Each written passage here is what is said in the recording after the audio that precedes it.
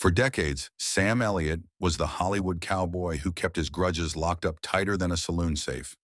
But now at 80, the man with the gravel voice and the stare that could freeze a rattlesnake has finally spilled the beans.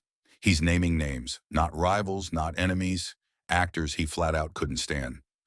Want to know who made his blacklist? Saddle up, because the answers may shock you more than a six-shooter at sunrise. Benedict Cumberbatch. When Sam Elliott unloaded on Benedict Cumberbatch, it wasn't some polite Hollywood disagreement. It was a verbal gunfight. Back in 2021, Elliott appeared on a podcast and tore into The Power of the Dog, and he didn't hold back. He mocked the film as pretentious, scoffed at its pacing, and then aimed his sharpest bullets straight at Cumberbatch. The British actor, he claimed, looked prissy and stiff, more suited for a Victorian ballroom than a rugged ranch. "What the hell does this Brit know about the American West?" Elliott growled, his voice dripping with disbelief.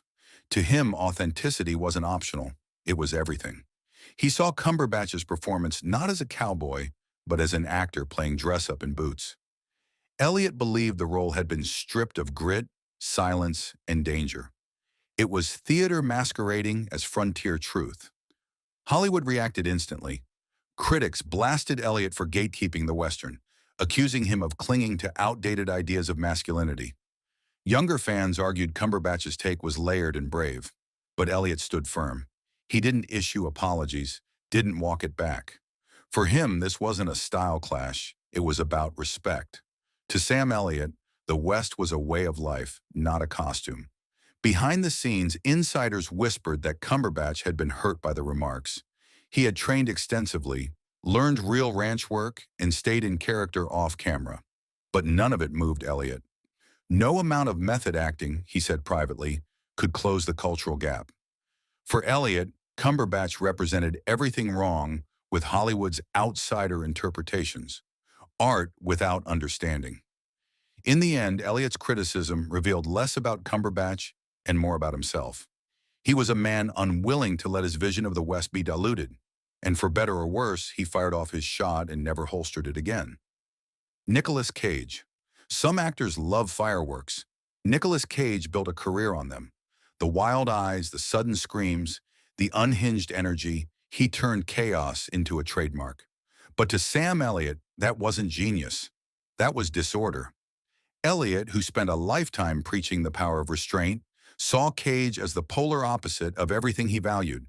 To Elliott, the best acting was a quiet storm, a pause heavier than a paragraph, a stare that spoke louder than any explosion. Cage, by contrast, erupted like dynamite every time he appeared on screen. It didn't matter if critics praised him as daring or audiences loved his unpredictability. Elliott watched and saw only noise. The two actually worked together in Ghost Rider. Elliott delivered his role with the weathered gravitas fans expected, while Cage tore through scenes with manic energy. On set, there was no shouting match, no dramatic clash. But observers noticed the distance. Elliott was polite, professional, but cold. Later, he described certain actors as more firework than flame. Everyone knew who he meant. In private, Elliott said Cage was acting for attention, not for truth. He dismissed Cage's operatic flourishes as hollow theater. To him, real storytelling was about disappearing into the role, not bending the story to match your personality. And while Cage collected awards and stayed a pop culture icon, Elliott refused to budge. He saw chaos where others saw brilliance. It wasn't bitterness. Elliott didn't envy Cage. He just felt betrayed by a system that rewarded spectacle over substance. Where he had built his reputation on silence, patience, and authenticity, Cage embodied the opposite. Elliott considered it a fundamental betrayal of the craft itself. For Cage, the screen was a stage. For Elliott, it was a mirror. That divide was too wide to bridge, and it left Elliott with a disdain he never bothered to hide. Kevin Costner. If there's one thing Sam Elliott despises, it's when Hollywood polishes the dirt off the West, and in his eyes, Kevin Costner was guilty as charged. Costner's turn in Wyatt Earp, and later his powerhouse role in Yellowstone, won audiences and critics. But Elliott, he wasn't buying it. To him, Costner was a movie star cosplaying grit, dressing up in cowboy hats while never carrying the dust under his fingernails.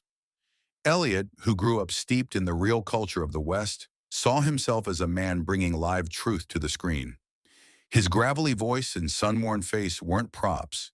They were the residue of a life built on authenticity. When Costner strolled onto the Western stage, Elliot reportedly rolled his eyes.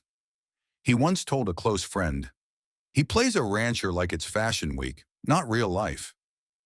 Behind the scenes, tension simmered even when they never publicly clashed.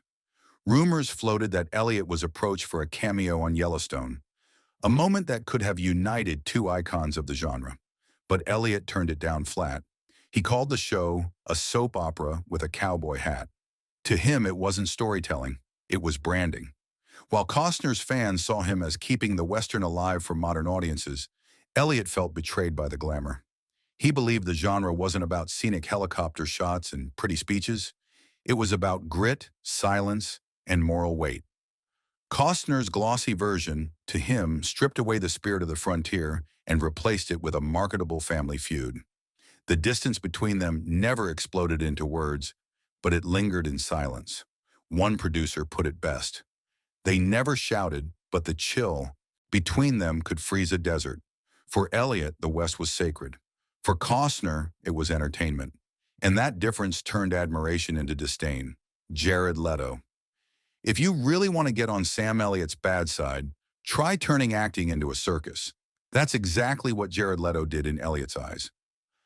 From sending rats to co-stars on Suicide Squad to staying in character long after the cameras stopped rolling, Leto became Hollywood's poster child for over-the-top method acting. Fans and critics debated whether it was genius or gimmick. Elliot didn't hesitate. It was nonsense. "Acting isn't a carnival," he once said, dismissing Leto's headline-grabbing antics. For Elliot, the craft was sacred, something that demanded humility and truth. You didn't need to traumatize your colleagues or live as your character 24/7 to deliver a great performance. You just had to know the story and disappear into it. Insiders say Elliot was once loosely attached to a project that later went to Leto. When Elliot found out, he quietly walked away. No press statement, no fight, just silence. That was his way of making the loudest possible point. Sharing the screen with someone he believed cheapened the craft wasn't an option. To Elliot, acting that called attention to itself wasn't acting at all. It was ego on parade. Leto may have won an Oscar and built a loyal cult following, but Elliot never saw authenticity in the stunts. He saw theater dressed up as truth, a performance that blurred lines for spectacle rather than substance. This wasn't jealousy. It wasn't generational bitterness. It was values. Elliot spent his career proving that the quietest moment, a glance, a pause, could carry more weight than all the screaming in the world. Leto, he believed, had forgotten that.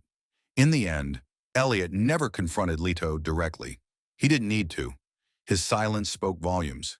Ashton Kutcher. On paper, Sam Elliott and Ashton Kutcher should have been an odd but interesting pair. Netflix's The Ranch put them side by side, with Elliott playing the grizzled father and Kutcher the cocky son. But behind the scenes, Elliott reportedly saw a troubling picture of what Hollywood had become. Kutcher, he felt, was the perfect example of charm over craft. Elliott didn't blow up at him or start a feud. That wasn't his style. Instead, he let subtle signs do the talking. A narrowed glance here, a quiet head shake there. Crew members recalled him muttering under his breath, "He's a decent guy, but no real actor." Publicly, Kutcher praised Elliott, calling him a mentor and a legend. Privately, Elliott remained unconvinced. He viewed Kutcher as a product of an industry that rewarded quick fame and social buzz instead of hard-earned skill. While Elliott had clawed his way up through small roles and background parts, Kutcher rocketed into stardom off sitcom punchlines and tabloid headlines. To Elliott, that path felt shallow. It wasn't personal hate. It was professional disappointment. Elliott believed acting was about living truthfully in the skin of a character.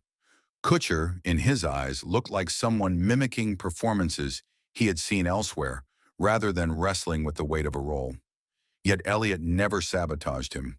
He didn't make scenes harder or poison the set. His disapproval wasn't loud, it was steady, a belief that Kutcher represented the new Hollywood he no longer trusted. Fast, flashy, and forgettable. For Elliot, the ranch became less a family comedy and more a reminder of just how far the business had drifted from the values he held sacred. Jane Campion. Sam Elliott's feud with Jane Campion was never about one film. It was about philosophy.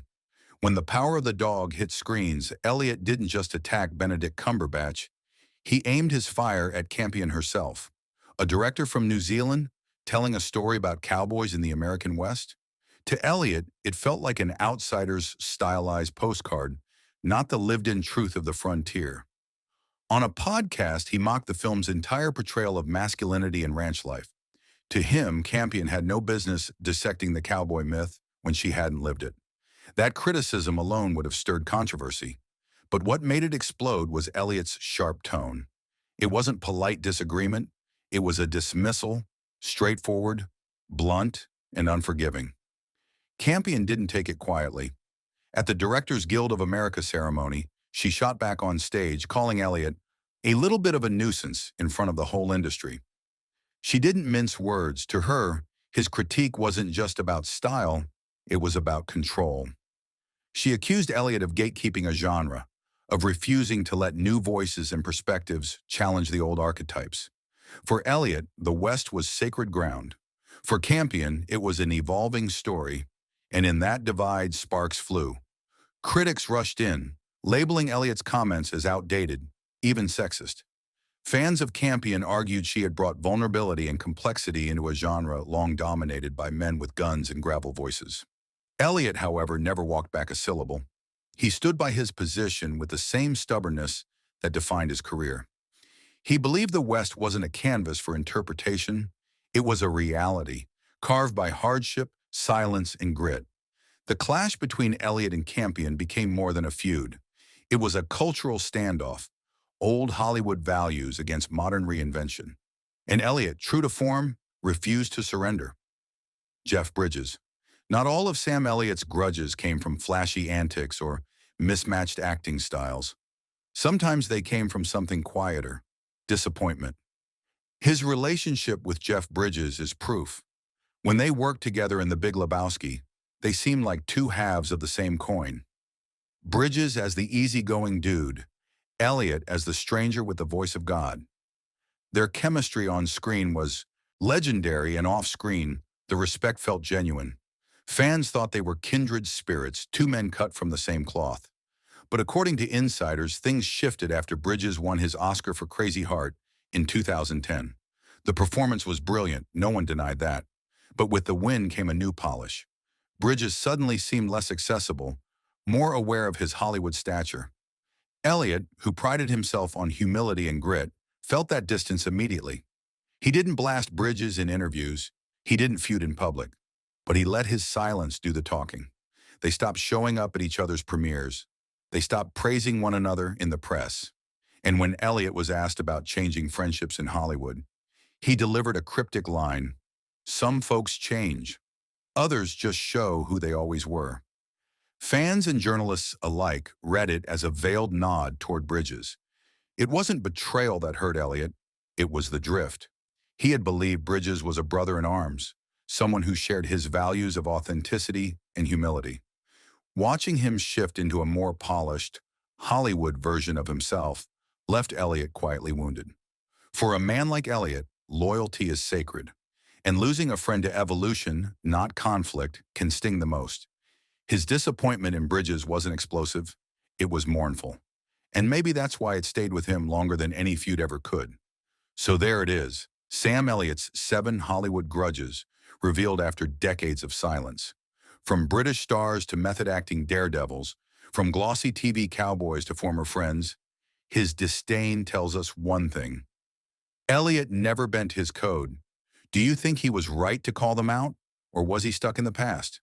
Drop your thoughts in the comments, and don't forget to like, share, and subscribe for more stories that rattle Hollywood's bones.